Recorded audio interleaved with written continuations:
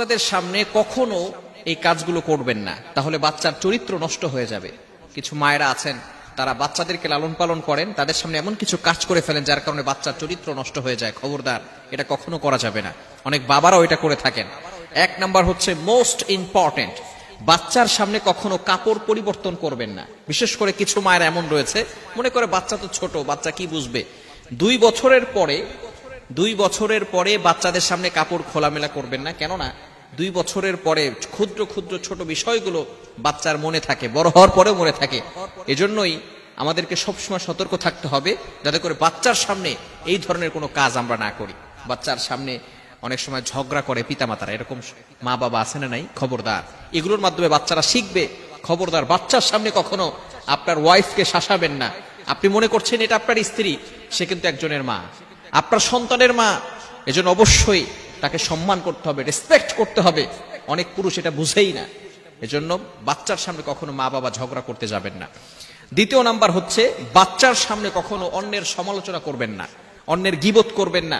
তাহলে বাচ্চার হিংসা বেড়ে যাবে, বিদ্বেষ বেড়ে যাবে, মানুষের প্রতি হিংসা বিদ্বেষ তার ভিতরে থাকবে। এজন্য অবশ্যই অনেক মা বাবার এমন রয়েছে, বাচ্চা সামনে আছে, বাচ্চার সামনেই তারা অন্যের সমালোচনা করে, অন্যের গীবত করে। খবরদার, আল গীবাতু আশাদ্দু মিনাজ জিনা, গীবাত ইজ হার্ডার দ্যান ফর্নিকেশন। গীবত হচ্ছে এমন একটা গুনাহ যেটা জেনার থেকেও মারাত্মক গুনাহ।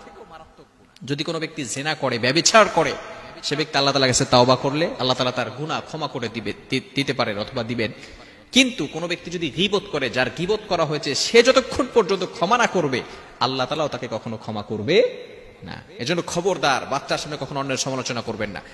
নাম্বার 3, তৃতীয় নাম্বার হচ্ছে, বাচ্চার সামনে কখনো ছোট ছোট আমরা প্রতিশ্রুতি দিয়ে থাকি, মিথ্যা প্রতিশ্রুতি কখনো দিবেন না। বলি যে বাচ্চা, অনেক সময় আমরা এটা বলি, তুমি এটা করো তাহলে তোমাকে একটা সাইকেল কিনে দিব। খবরদার, এই ধরনের মিথ্যা প্রতিশ্রুতি বাচ্চাদেরকে দিবেন না।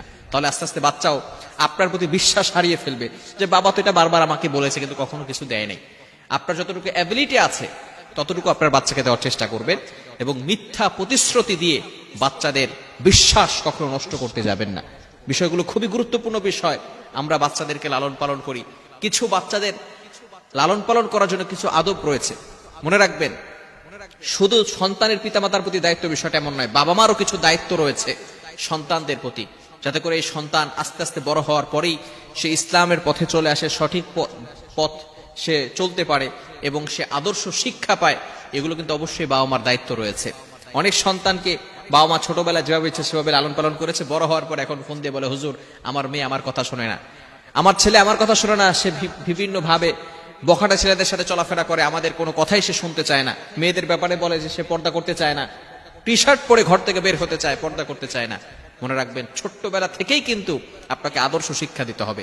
ছোটবেলা থেকে আপনি আদব শিক্ষা দিবেন না, বড় হয়ে যাওয়ার পরে এরপরে কিন্তু আপনি মারধর করেও কিন্তু তখন আর ঠিক করতে পারবেন না। এজন্য অবশ্যই ছোট্টবেলা থেকেই আল্লাহ তাআলার কাছে দোয়া করা, রব্বি হাবলি মিনাস সালিহিন। যখন বাচ্চা গর্ভে আসবে তখনই দোয়া করা। ইব্রাহিম আলাইহিস সালাতু ওয়াস সালামের যখন সন্তান হয় নাই, ইব্রাহিম আলাইহিস সালাম আল্লাহ তাআলার কাছে দোয়া করেছিলেন, রব্বি হাবলি মিনাস সালিহিন, ও আল্লাহ give me a good child, আমাকে একটা নেককার সন্তান দান করো।